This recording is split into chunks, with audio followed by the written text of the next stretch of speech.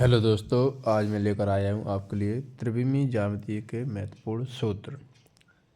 ये मैंने कुछ महत्वपूर्ण सूत्र लिखे हैं, आप इन्हें देख सकते हो। जैसे पहला सूत्र है, जब रेखाएं परस्पर लंब हों। जब रेखाएं परस्पर लंब हों तब होता है A1 into A2 plus B1 into B2 plus C1 into C2। यानी परस्पर लंब होंगी तब बराबर में आंसर आना चाहिए 0। ठीक भाई। जब रेखाएं परस्पर समांतर हों तब A1/A2 बराबर B1/B2 बराबर C1/C2। कहने का मतलब है इन तीनों के मान कैसे होने चाहिए? समान। ठीक भाई। अब भाई दिक्कनुपात, इस अध्याय में दिक्कनुपात, दिक्कोजाओं इनकी हमें आवश्यकता होती है। तो भाई देखो, दिक्कनुपात जो है उन्हें हम A, B, C यानी इससे प्रदर्शित करते हैं।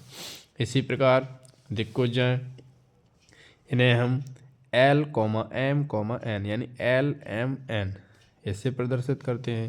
अब भाई जब रेखाएं डिग्री में हों, जब रेखाएं डिग्री में हों यानी 90 डिग्री, 60 डिग्री, 30 डिग्री, 45 डिग्री ऐसे हों तो भाई दिक्कुजाएं कैसे निकालते हैं? तो फॉर्मूला होता है L बराबर कॉस अल्फ़ा।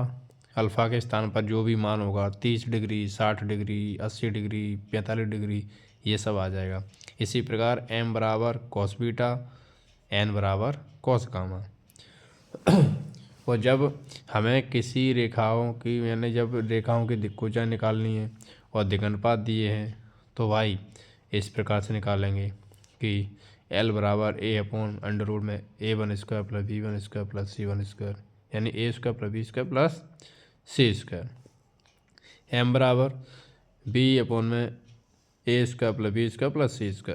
इसी प्रकार N बराबर C/√A² plus B² plus C²। यानी कि ये सब नीचे करड़ी में रहेगा। रेखा का सदिश समीकरण भाई क्या होता है?